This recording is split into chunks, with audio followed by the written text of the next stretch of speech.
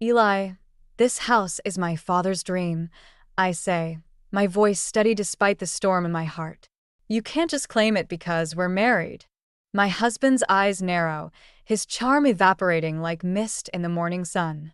Clara, don't be naive. What's yours is mine now. That's how marriage works. I stand in the grand foyer of my childhood home, surrounded by memories and the echoes of my father's laughter. The polished wood beneath my feet seems to whisper, reminding me of the countless times Dad taught me about integrity and the value of hard work. No, Eli. That's not how this works, I counter, crossing my arms. My father left this estate to me for a reason. It's not just property, it's a legacy. Eli's lips curl into a sneer. A legacy? It's a gold mine, Clara. Do you have any idea what this place is worth? My name is Clara, and I'm about to lose everything I've ever loved to the man I thought I could trust. I take a deep breath, steeling myself against Eli's piercing gaze. Of course I know what it's worth. That's precisely why I can't let you take control. Take control? Eli scoffs, running a hand through his perfectly styled hair. I'm your husband. We're supposed to share everything. Share, yes. Hand over, no. I move towards the grand staircase, my fingers trailing along the intricate banister. This house, this land, it's more than just assets, Eli. It's my history, my future. Eli follows, his footsteps heavy with frustration. Your future? Clara, wake up. We could sell this place and live like royalty. Why cling to some dusty old memories when we could have the world? I spin to face him, anger flaring in my chest. Because those dusty old memories are what made me who I am. This estate isn't just bricks and mortar, it's the embodiment of everything my father stood for. Your father? Eli spits the word like it's poison. Always your father. When are you going to start living for yourself, Clara? For us. I am living for myself, I retort. And right now that means protecting what's mine. Eli's face darkens, a storm brewing behind his eyes. What's yours? I thought we were a team, Clara. Or was that just convenient when you needed me? His words sting, but I refuse to let it show. We are a team, Eli. But that doesn't mean I have to sacrifice everything I believe in. Believe in? He laughs, the sound harsh and mocking. What you believe in is holding us back. Think of the opportunities we're missing. I shake my head, disappointment washing over me. The only opportunity one sees right now is the chance to stand up for what's right. Eli steps closer, his voice dropping to a dangerous whisper. And what if standing up for what's right costs you everything? A chill runs down my spine, but I stand my ground. Then at least I'll know I honored my father's memory. Your father is dead, Clara. Eli snaps. It's time to let go of the past and embrace our future. The words hit me like a physical blow. I stumble back, gripping the banister for support. How dare you? I breathe, shock giving way to fury. How dare you use my grief against me? Eli's expression softens, but his eyes remain cold. I'm not using anything against you, Clara. I'm trying to help you see reason. Reason? I laugh bitterly. There's nothing reasonable about what you're asking. I'm asking you to trust me, Eli pleads, reaching for my hand. I pull away, and hurt flashes across his face. To believe in our partnership. Partnership? I echo. A partnership is built on mutual respect, Eli. Not manipulation. He flinches at the accusation. I'm not manipulating you, Clara. I'm trying to secure our future. Our future.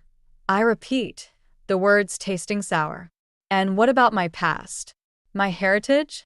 Does that mean nothing to you? Eli's jaw clenches. Of course it means something. But we can't live in the past forever. I'm not living in the past, I argue. I'm honoring it while building something new. Something my father would be proud of. And what about me? Eli demands. Don't you want me to be proud of you too? The question hangs in the air between us, heavy with unspoken tensions. I take a deep breath, searching for the right words. Eli, I begin, my voice softer now. I want us to build a life together that we can both be proud of. But that doesn't mean erasing who I am or where I came from. He shakes his head, frustration etched into every line of his face. I'm not asking you to erase anything, Clara. I'm asking you to evolve. Evolve. I repeat, incredulous. By selling off my family's legacy? By embracing new possibilities, Eli counters. Think of what we could do with that kind of money, Clara. The life we could have. I close my eyes, suddenly weary. The life we have is already beautiful, Eli. Why isn't it enough for you? When I open my eyes again, I see something flicker across Eli's face, something that looks suspiciously like guilt. But it's gone in an instant, replaced by his usual charming smile. Of course it's enough, he says smoothly. I just want to give you the world, Clara. Is that so wrong? I study him, trying to reconcile the man I married with the stranger standing before me now. The world isn't what I want, Eli. I just want honesty, respect, and love. Eli's smile falters. You have all of that, Clara. Can't you see how much I love you? But as I look into his eyes, searching for the warmth I once knew, I realize with a sinking heart that I'm not sure I can see it anymore.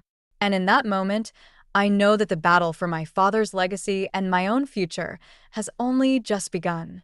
The doorbell chimes, its melodic tone a stark contrast to the tension lingering in the air. I take a deep breath, steeling myself for what's to come. Aunt Doris is here. Clara, darling. Doris exclaims as I open the door, her voice dripping with false sweetness. How lovely to see you. I force a smile. Hello, Aunt Doris. Please come in. Eli's mother sweeps past me, her perfume leaving a cloying trail. Her eyes dart around the foyer, assessing every detail with barely concealed greed. My, she murmurs, running a manicured finger along an antique side table. This place is even more magnificent than I remembered. You must be so proud to call a home. I am, I reply, my voice tight. It means everything to me. Doris turns, her smile not quite reaching her eyes. Of course it does, dear. Family legacies are so important. Speaking of which, where's my Eli? As if on cue, Eli appears at the top of the stairs. Mother, he greets, descending to embrace her. What a surprise. Oh, I was just in the neighborhood. Doris lies smoothly. I thought I'd pop in and see how you two lovebirds are settling into this grand estate. I catch Eli's eye, silently communicating my discomfort. He gives an almost imperceptible nod before guiding his mother to the living room. Can I get you something to drink, Aunt Doris? I offer, desperately seeking a moment alone. Tea would be lovely, dear. Thank you. In the kitchen, I lean against the counter, trying to calm my racing heart. The kettle whistles, startling me back to reality. As I prepare the tea tray, I can hear muffled voices from the living room. Curiosity gets the better of me, and I inch closer to the door. Can't believe she's being so stubborn, Doris is saying.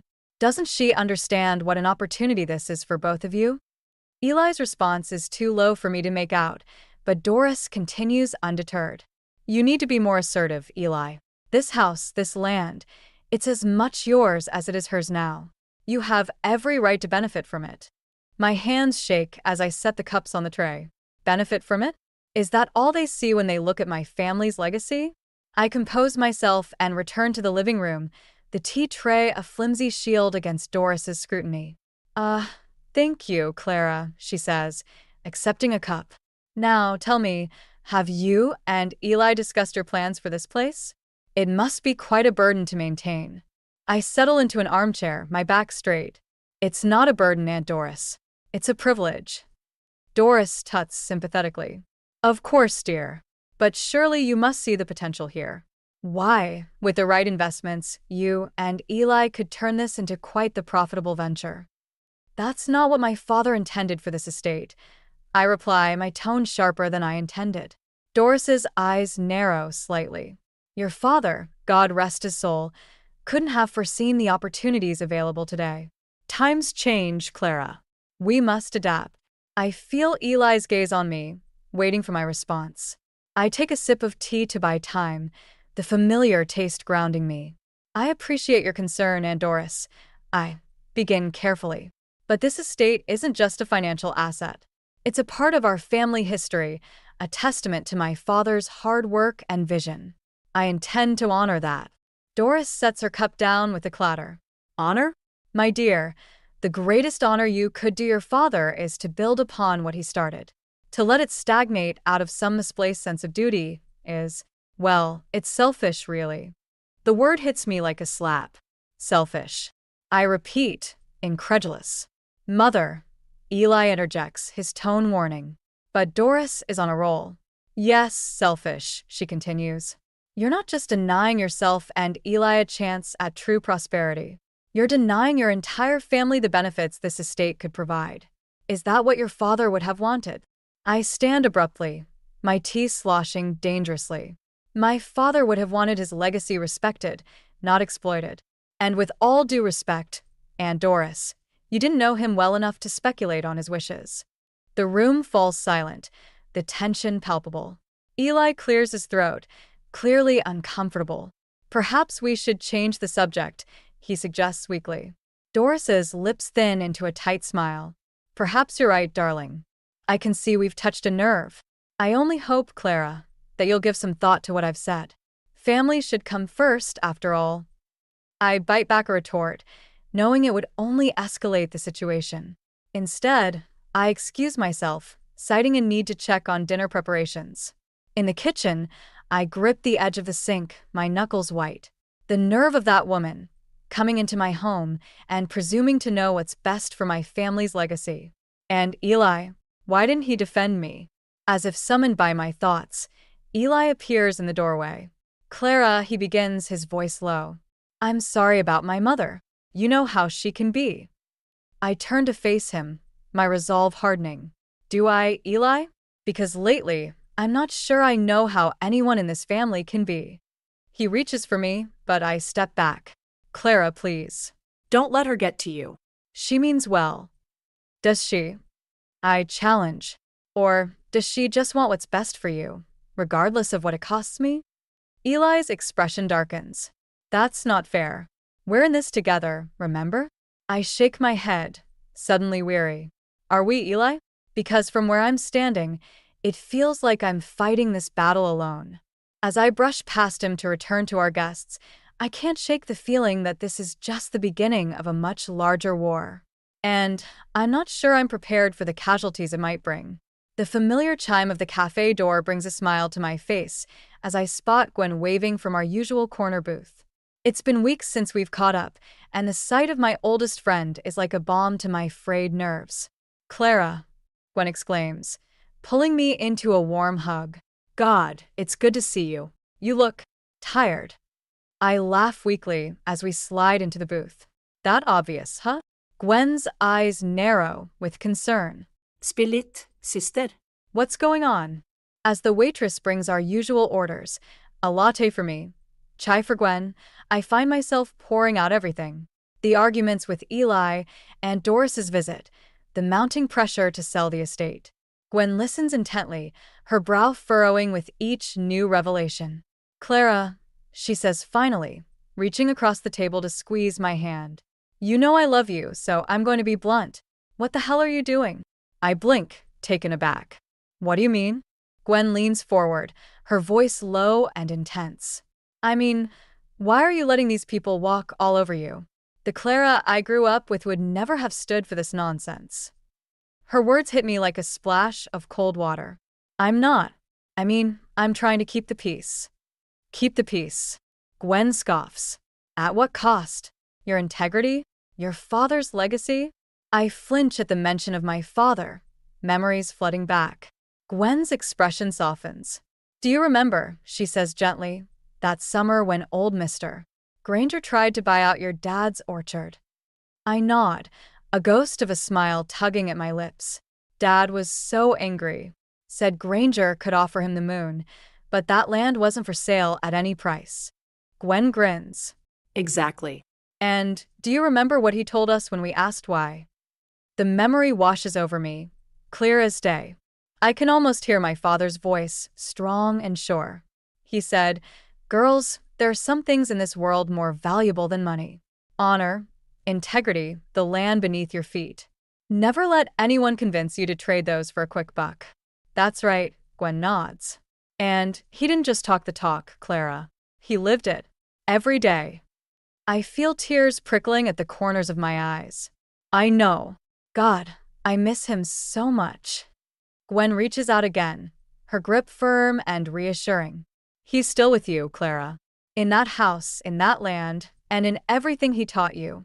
Don't let Eli or anyone else make you forget that. Her words ignite something in me, a spark of the old fire I'd almost forgotten. You're right, I say, straightening my shoulders. I've been so caught up in trying to keep everyone happy, I've lost sight of what really matters. That's my girl, Gwen grins. So, what are you going to do about it? I take a deep breath, feeling more centered than I have in weeks. First, I'm going to have a long, honest talk with Eli. No more tiptoeing around the issue.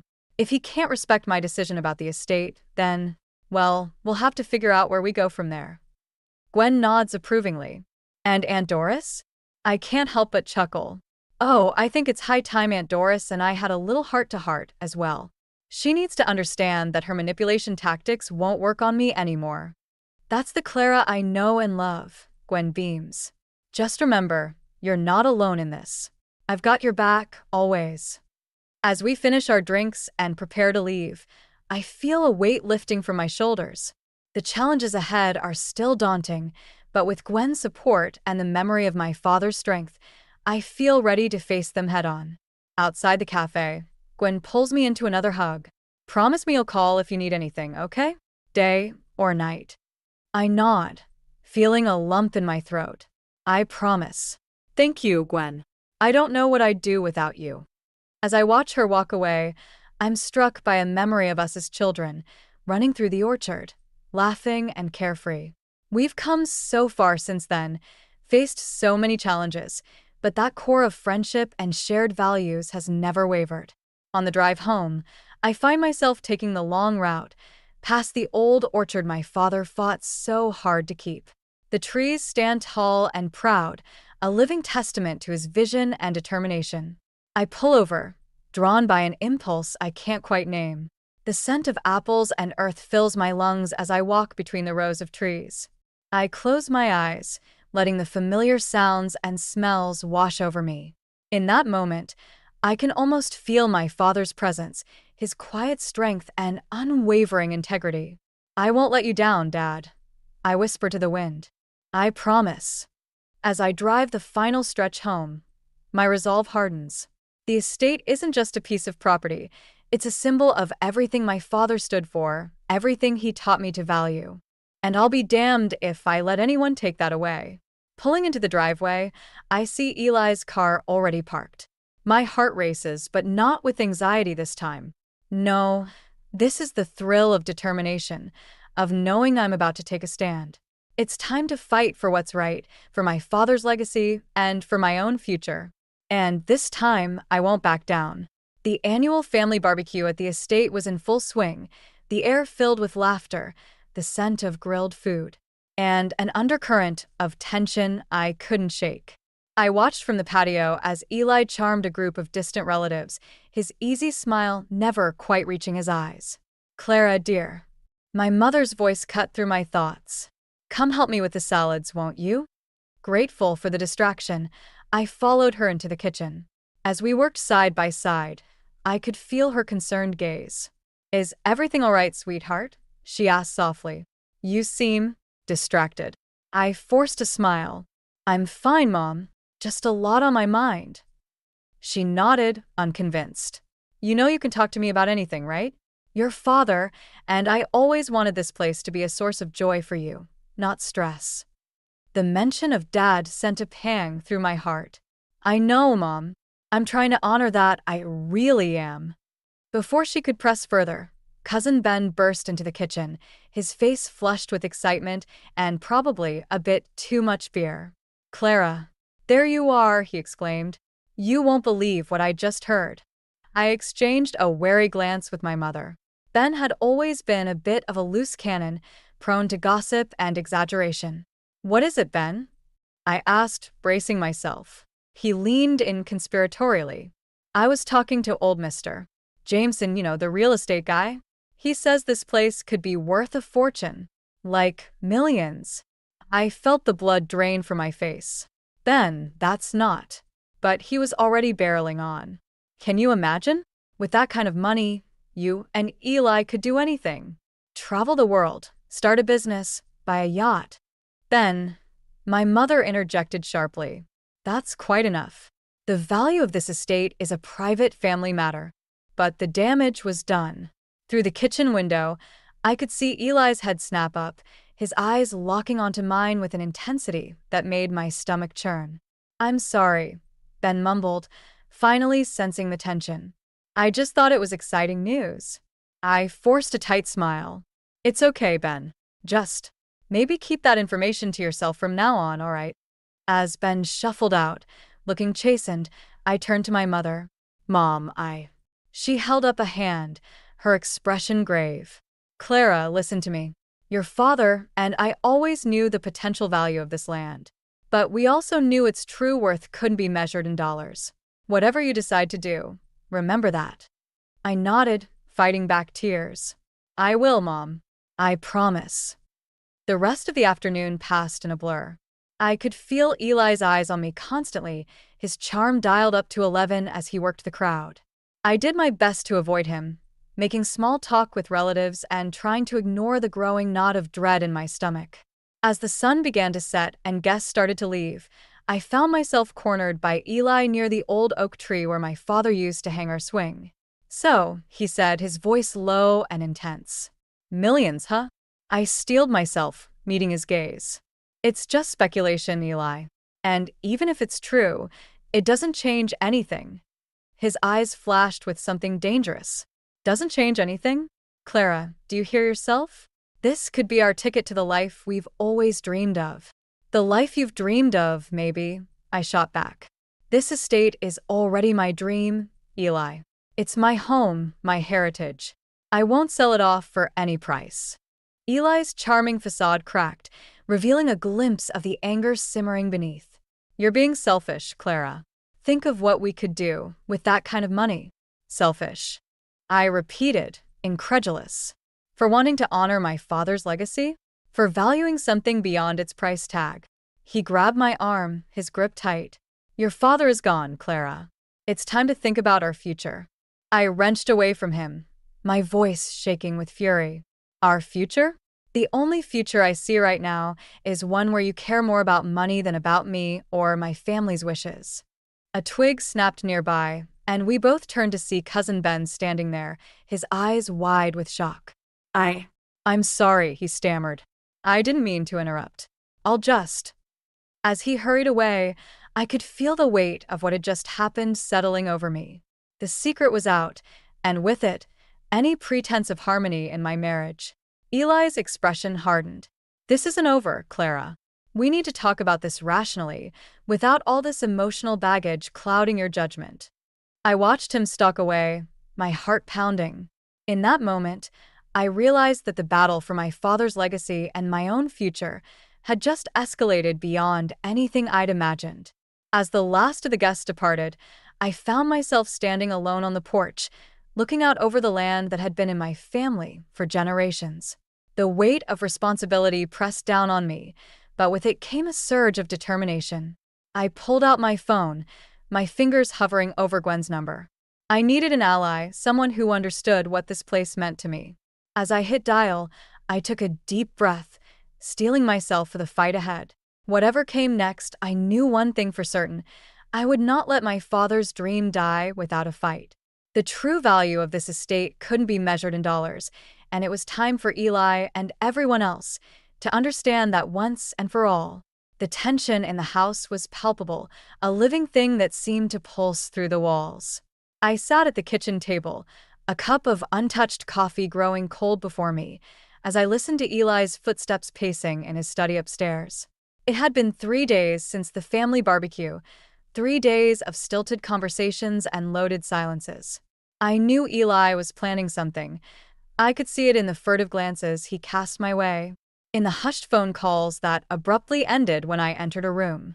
A soft knock at the back door startled me from my thoughts.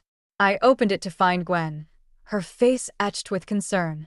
"Hey," she said softly, pulling me into a hug. "I came as soon as I could. How are you holding up?" I let out a shaky breath. "Honestly, I feel like I'm living in a powder keg, just waiting for the spark." Gwen squeezed my hand. "You're stronger than you know, Clara. Remember that." As we settled at the kitchen table, I filled her in on the events since our last meeting. Gwen listened intently, her brow furrowing deeper with each revelation. "Clara," she said finally, her voice low and urgent. "You need to be prepared. Eli's not going to let this go easily." Before I could respond, Eli's voice rang out from the doorway. "Well, isn't this cozy?" I turned to see him leaning against the frame, his charm dialed up to 11 but his eyes cold and calculating. "Eli," I started, but he cut me off with a wave of his hand. "No need for explanations, darling. I'm glad you have your friend here for support. You're going to need it." With that cryptic statement, he strode into the room, dropping a thick manila envelope on the table between us. "What's this?" I asked, my heart racing. Eli's smile didn't reach his eyes. "Just some paperwork I think you'll find interesting. Why don't you take a look?" With trembling hands, I opened the envelope. Inside were legal documents, property assessments, and a proposal for dividing the estate's assets. "Eli," I breathed, shock giving way to anger. "What have you done?" He shrugged, the picture of nonchalance. "Nothing yet, Clara. But I think it's time we had a serious discussion about our future. Our shared future." Gwen stood abruptly, her chair scraping against the floor. "I think I should go." "No," I said, gripping her arm. "Please stay." Eli's eyes narrowed. "This is between my wife and me. Your wife," I spat, finding my voice, "is telling you that Gwen stays. Now explain yourself, Eli. What is all this?" He sighed dramatically, as if I were a child failing to grasp a simple concept. "It's an opportunity, Clara.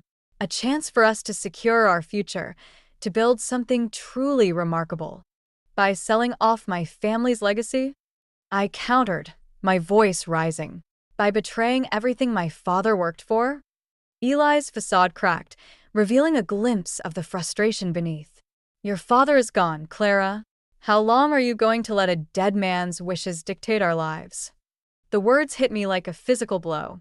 I recoiled, tears stinging my eyes. "How dare you?" I whispered. Gwen stepped forward, her voice sharp. "I think you should leave, Eli." Now. For a moment, I thought he might argue, but then he straightened, smoothing his expression back into that practiced charm. "Of course," he said smoothly. "I'll give you some time to look over the documents. But, Clara, we will need to discuss this. Soon." As the door closed behind him, I collapsed into my chair, my whole body shaking. Gwen knelt beside me, her hand on my arm. "Clara, listen to me. You don't have to do anything you don't want to do. This is your legacy, your decision." I nodded, trying to steady my breathing. "I know. But Eli, I never thought he'd go this far." "People show their true colors when money's involved," Gwen said grimly. "The question is, what are you going to do about it?" I looked down at the papers scattered across the table, each one a potential nail in the coffin of my father's dream. Then my eyes fell on a framed photo on the wall, my father and me, standing proud in front of the estate on the day he officially made me its heir. Something inside me hardened, a resolve I didn't know I possessed rising to the surface. "I'm going to fight," I said, my voice stronger than I felt. "For my father's legacy, for this land, and for myself." Gwen squeezed my hand, a fierce pride in her eyes. "That's my girl. And you won't be fighting alone." As we began to pore over the documents, formulating a plan, I felt a strange mix of dread and determination. The battle lines had been drawn, and there was no going back. But with Gwen by my side and my father's memory to guide me, I knew I had a chance. Whatever Eli had planned, whatever manipulations he had up his sleeve, I would face them head-on. This estate wasn't just property, it was my heritage, my home, and my future. And I would defend it with everything I had. The sun was setting outside, casting long shadows across the kitchen. As Gwen and I worked, I could almost feel my father's presence, his quiet strength bolstering my resolve. The road ahead would be difficult, fraught with emotional and legal battles. But in that moment, I knew with absolute certainty that I was on the right path. Let Eli bring his lawyers and his schemes. I had something far more powerful on my side: the truth and the unshakable conviction that some things were worth fighting for, no matter the cost. The morning sun filtered through the study windows, casting long shadows across the room. I stood before my father's old desk, a fortress of documents and legal papers spread before me. My hands trembled slightly as I picked up the final piece of evidence, the original deed to the estate, my name clearly listed as the sole inheritor. A soft knock at the door broke my concentration. "Clara," my mother's voice called. "He's here." I took a deep breath, steeling myself. "Send him in, Mom." Eli strode into the room, his usual charm replaced by a barely concealed agitation. "Clara, darling, I hope you've had time to consider my proposal. I really think—" "Sit down, Eli," I interrupted, my voice steadier than I felt. "We need to talk." His eyes narrowed as he took in the papers on the desk. "What's all this?" "Evidence," I said simply. "Proof that this estate, every inch of it, belongs solely to me." Eli's facade cracked, a flicker of panic crossing his face before he regained his composure. "Now, Clara, let's not be hasty. We're married. What's yours is mine, remember?" "That's not how it works, Eli," I countered, sliding the deed across the desk. "My father made sure of that. This estate was left to me and me alone." Eli's charm evaporated entirely, replaced by a cold fury I'd never seen before. "You can't do this to me, Clara. I've invested years in this marriage, in this family. I deserve a piece of the pie." "Invested?" I repeated, incredulous. "Is that what you call it? Manipulating me, pressuring me to sell my heritage?" He stood abruptly, looming over the desk. "Don't be naive. This isn't about heritage or legacy. It's about money, pure and simple. And I want what's owed to me." "Owed to you?" I shot back, standing my ground. "You're not owed anything, Eli. This estate was never yours to claim." Eli's hand slammed down on the desk, scattering papers. "Damn it, Clara. Do you have any idea what I've given up for you? The opportunities I've passed on, thinking we'd cash in on this gold mine?" The truth of his words hit me like a physical blow. "So, that's all this was to you? A long con?" "Don't be so dramatic," he sneered. "I loved you, Clara. I still do. But love doesn't pay the bills or secure our future." I shook my head, a strange calm settling over me. No, Eli. "You never loved me. You loved the idea of what I could give you." His expression darkened. "You ungrateful little—" "That's enough." My mother's voice cut through the tension like a knife. She stood in the doorway, her eyes blazing with a fury I'd never seen before. "I think you should leave now, Eli." Eli's gaze darted between us, calculating. "This isn't over, Clara. You can't just cut me out." "Actually, I can," I said, my voice steady. "And I will. My lawyer will be in touch about the divorce proceedings." "Divorce?" Eli sputtered. "You can't be serious." "I've never been more serious in my life," I replied. "Now, please leave my house." For a moment, I thought he might argue further. But something in my expression must have convinced him of my resolve. With a final, venomous glare, he stormed out of the study. As the front door slammed shut, I felt my knees give way. My mother was at my side in an instant, her arms wrapping around me. "Oh, sweetheart," she murmured. "I'm so proud of you." I clung to her, tears finally spilling over. "I can't believe I was so blind, Mom. How did I not see who he really was?" She stroked my hair, her voice gentle. "Love can make fools of us all, Clara. But you saw the truth when it mattered most. Your father would be so proud." At the mention of Dad, a fresh wave of emotion washed over me. "I miss him so much, Mom. I wish he was here." "He is here, darling," she said, gesturing to the room around us. "In every board and beam of this house, in every acre of this land. And in you, Clara." You're so much like him, strong, principled, and brave. I wiped my eyes, drawing strength from her words. What do I do now, Mom? She smiled, a fierce pride in her eyes. Now, my dear, we fight. Eli won't give up easily, but neither will we. This estate is your birthright, and we'll defend it with everything we have. As we began to gather the scattered papers, a plan forming between us, I felt a shift inside me. The fear and doubt that had plagued me for so long were giving way to a steely determination. Eli had shown his true colors, and in doing so, he'd awakened something in me, a strength I'd forgotten I possessed. This confrontation wasn't the end. It was just the beginning of a battle for my father's legacy and my own future. Looking out over the estate grounds, bathed in the warm afternoon light, I made a silent vow. I would honor my father's memory, protect this land, and build a future that would make him proud. Eli and his greed were no match for the power of family, integrity, and love. The road ahead would be challenging, fraught with legal battles and emotional turmoil. But for the first time in years, I felt truly alive, ready to face whatever came my way. This was my home, my heritage, and my fight, and I intended to win. The tension in the air was palpable as I stood in the living room, facing Eli. Outside, rain lashed against the windows, mirroring the storm brewing between us. We'd been locked in a bitter legal battle for weeks, but tonight, something felt different. The facade was crumbling. Why are you doing this, Clara? Eli's voice was raw, stripped of its usual charm. Why can't you see that I'm trying to secure our future? I shook my head, a sad smile playing on my lips. Our future? Or yours, Eli? His eyes flashed dangerously. What's that supposed to mean? It means I'm done pretending, I said, my voice steady despite the trembling in my hands.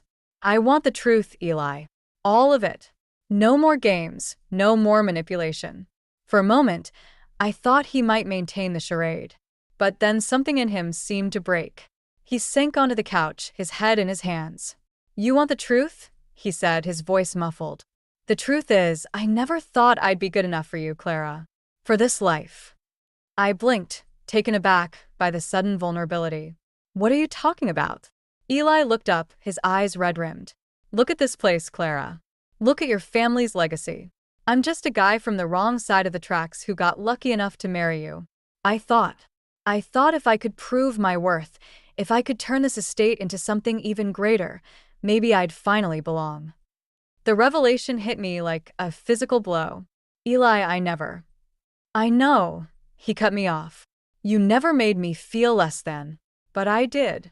Every day, surrounded by all this history, all this wealth, I felt like an imposter. And then I started to resent it. Resent you. I sank into the armchair across from him, my mind reeling. So all of this, the pressure to sell, the legal battle, it was all because you felt inadequate? Eli laughed bitterly. Pathetic, isn't it? I convinced myself that if I could turn this place into a gold mine, I'd finally be worthy of you, of your family's name. Oh, Eli, I sighed, a mix of emotions swirling inside me. Why didn't you just talk to me? He shrugged, looking utterly defeated. Pride, I guess. And fear.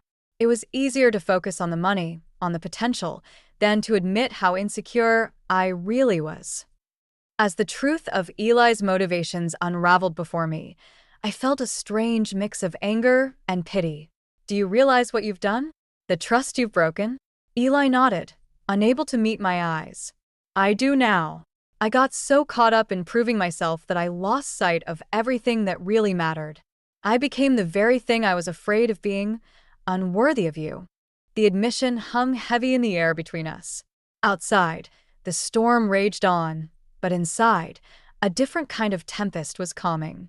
I'm sorry, Clara, Eli said softly, for everything. I know it doesn't change anything, but I need you to know that. I stood, walking to the window. My reflection stared back at me, overlaid on the rain-streaked glass. In that moment, I saw not just myself, but echoes of my father, his strength, his integrity. You're right, I said finally, turning back to Eli. It doesn't change what's happened. but it does change where we go from here. Eli looked up, a glimmer of hope in his eyes. What do you mean? I took a deep breath, steeling myself for what needed to be said. I mean that I understand now. I understand why you did what you did. But understanding doesn't erase the hurt, the betrayal. Clara, please. I held up a hand, silencing him. Let me finish, Eli. You're right about one thing. You are unworthy.